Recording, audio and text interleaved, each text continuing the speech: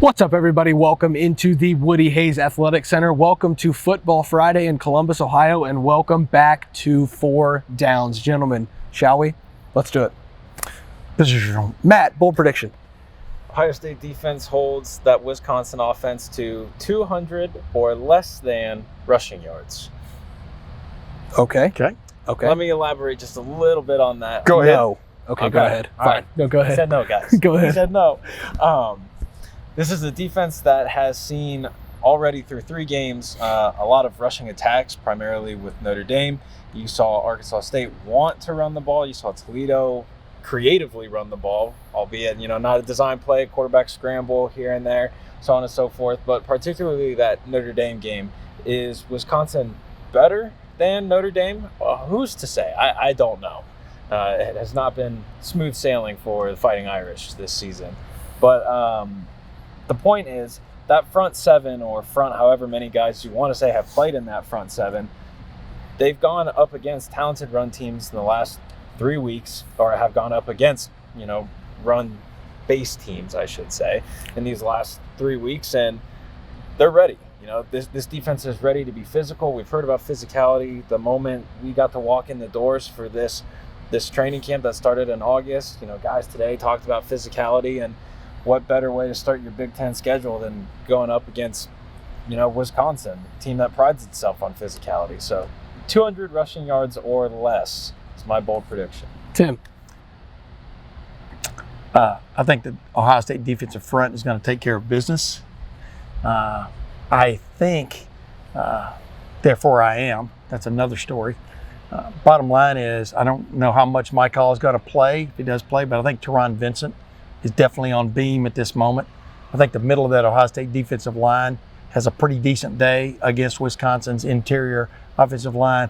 I think one Buckeye emerges with at least 2 sacks in this game, because I do believe Wisconsin's going to be throwing the ball to come from behind. And I think I would put right now, I'm looking at a guy that's due, and you're going, well, he did okay last week, but Jack Sawyer is due.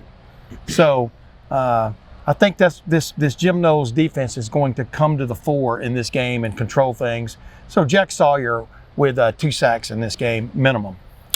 Those are both pretty good bold predictions, Thank gentlemen. From a run game, pass game, staying on that defensive side. I'm going to flip over to the other side of the ball to this offense. I'm a proponent of establishing the run. You got to establish it. Ohio State is going to do just that against this Wisconsin front that has some talent to it. I think Mayan Williams is pretty well suited against a team like Wisconsin to bowling ball his way, bounce off tackles, be a human pinball machine. Pork chop. Whatever you want to call him, guys. Mayan Williams is going to have 3 touchdown runs in this game. Whether that's getting the ball down to the 1-yard line and plunging it in from 1 yard out, or whether that's breaking free because, he's a lot quicker than people give him credit for in the open field. He's finding the holes better right now, I think, than TreVeyon Henderson is. He looks like a guy who is on a mission to have an elite junior season. Mayan Williams is going to start to make a name for himself in Big Ten play, especially if TreVeyon Henderson is on any sort of pitch count as we go into Big Ten play. Mayan Williams is going to have 3 touchdown runs in this game.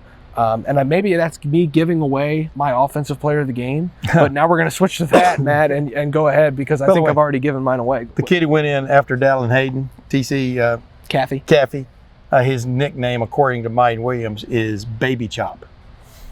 That's perfect. So who would want to? A lot of people are likening their 2 running styles, Pork Chop and Baby Chop. And wow, did Ohio State find some depth in the running back room last week against Toledo in that second half. Matt, offensive player of the game. Well, I'm going to piggyback off of your point about mine being so successful.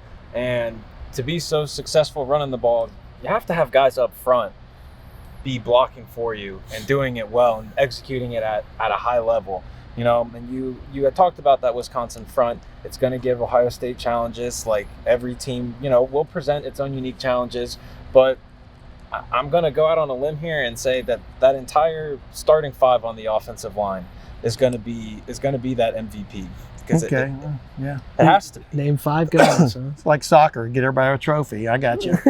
I'm just messing with you. I think that unit is bound to determine to make a point on Saturday from that aspect. So, and they always accept prizes in Moss, not individually, as you well know. You got to give the big guys some love. So yes. That's my love for them. My offensive player of the game is going to come from one of two fellas. How about that? Go ahead. Emeka Egbuka or Marvin Harrison Jr. I don't believe Wisconsin can handle both. It's going to be interesting to see who they try to take away as this game progresses. And the other one's going to have a nice day in the Horseshoe. So obviously mine is actually nice evening in the Horseshoe. Yeah, it will be evening, Tim. That's a good point. What also is a good point is it's basically impossible for me to pick anybody else other than Mayan Williams if he's going to have 3 touchdowns. But I will tell you that I do believe that Jackson Smith-Njigba is going to re-emerge as a legitimate national name in this game. I think he's been a little bit forgotten about due to that injury, due to maybe a lack of volume last week because they were kind of bringing him back on a pitch count. I don't think there will be any sort of pitch count this week, guys, and I do think that he's going to have a really nice game. That being said, if Mayan Williams has 3 touchdowns, like he will, because that's what I predicted, obviously, it will happen. Yeah. So it is written, so it is said, and Tim, I'm just reluctant. So it is done. Yeah, but I'm just reluctant to, like last week, I expected him to come back gangbusters, and they really just came back, got his feet wet, and left. And whether or not he's got more juice to give this week, it remains to be seen. But there's no denying you can't put these genies back in the bottle, Emeka Egbuka and Marvin Harrison Jr. now. No. I mean, they are a force. But whoever you choose to take away, the other one's going to be there. If you try to take away the 6'3" on the outside, 6'4" on the outside, and Emeka in the many facets that they use him, Jackson Smith-Njigba is going to beat you every time. And that was the thing I liked most about naming Emeka first, is the versatility that he brings, that he provides to this Ohio State offense. You'll see him stretch the field vertically. He'll stretch it horizontally in the run game. He's such a unique talent for Ohio State. So I like that one. Okay, thank you. Defensive player of the game, Matt, go. I came out and I said that defensive line is going to cause some disruptions. The front 7. I'm big on units today. I'm just big on naming the whole entire units. That's okay. But I'm going to go with Teron Vincent. He's a guy that has been on the inside, really done a lot of work this training camp. We saw him, week in and week out, really be more and more productive. And this is a reckoning. This is a time for him to really establish himself. He's an experienced guy. He has experience with Ohio State, and I can just see this being a great game for him as a disruptor. I kind of named him earlier, but I ended up going to Jack Sawyer. Remember in my earlier burst about incredible stats to watch. Is that what it's called? Whatever. Bottom line is defensively, there's a guy on this defense I don't think gets enough love, and I mean in the sense of appreciation, and that's Ronnie Hickman. I think Ronnie Hickman is the real linchpin to this back 7 of this defense, and I think it is so acute for him to have a big game on Saturday, just be in the right place, right time, getting guys lined up, etc. May not have the big stats, but some of those games he had big stats. If you remember, he led the team in tackling last year. Yep. I think if Jim Knowles sticks to his guns and plays 2 linebackers most of the day and 3 safeties, I think a guy like Ronnie Hickman could have a hell of a day statistically. So I'm going to go with Ronnie Hickman. Tim, the last time Ohio State played Wisconsin, the linebackers were critical, whether that was Justin Hilliard, whether that was Baron Browning, Pete Werner, Tuff Borland. The linebackers tell the tale of these games, Ohio State versus Wisconsin. They always have, and I think they always will. Tommy Eichenberg is playing as well as any linebacker in America right now. I don't care what anyone has to say about that. He is playing at an All-American level. He can get from sideline to sideline. He can cover running backs. He can fill a hole. He can help, facilitate the run back inside if he has to, for those defensive linemen to clean up. He is everywhere on the field for Ohio State right now. And just as much as Ronnie Hickman is one of the leaders of this defense, Tommy Eichenberg is a massive, massive piece of what Jim Knowles is trying to establish here. Okay. He's going to be the defensive player of this game. I think he could even get his hands on an interception just because Wisconsin's going to have to be throwing the ball. You see Jim Knowles disguise a lot of things. Maybe Tommy Eichenberg's in the middle of the field. I don't think Graham Mertz has the best field vision in the world, or in the Big Ten for that matter, or maybe even in the Big Ten West. So maybe he throws one Tommy's direction, he grabs one, but I think Tommy Eichenberg plays a pivotal role in this. And that's why, I'm not going to give my score prediction until here in a few minutes, but I do think Ohio State's going to have the upper hand here. And the thing about Tommy, too, in these 3 games that we've seen, he's so consistent. Every single attribute and a skill set that you name that he can do, down at the field, I see it from a different angle that you guys do, and he doesn't miss a step. And there's no false steps in his game. It's read, react. It's textbook. It's what they teach, first graders in Pee Wee football, and it gets done here at Ohio State too. Yeah, I like the way he and Steel Chambers are playing. I think they complement each other extremely well. That's a good pick. Are we just going to continue just to lavish praise on Spencer's pick, or are we going to move on? We're going to move on to score prediction, Tim. Tim, the irritant. Tim. All right, Matt, let's hear a score prediction. Ohio State, Wisconsin, 7:30 in the Horseshoe. Last I checked, the line here is Ohio State 18. They're 18-point favorites or something like that. I think that's a good number, somewhere in that range. And I'll say, we saw that offense last week, for lack of a better phrase, that offense exploded against Toledo. It was impressive. I don't think it'll be quite like that, but I do think they will get some points on the board. Wisconsin will get theirs as well, but I'm going to say 35. No, take it back. I'll go 42-21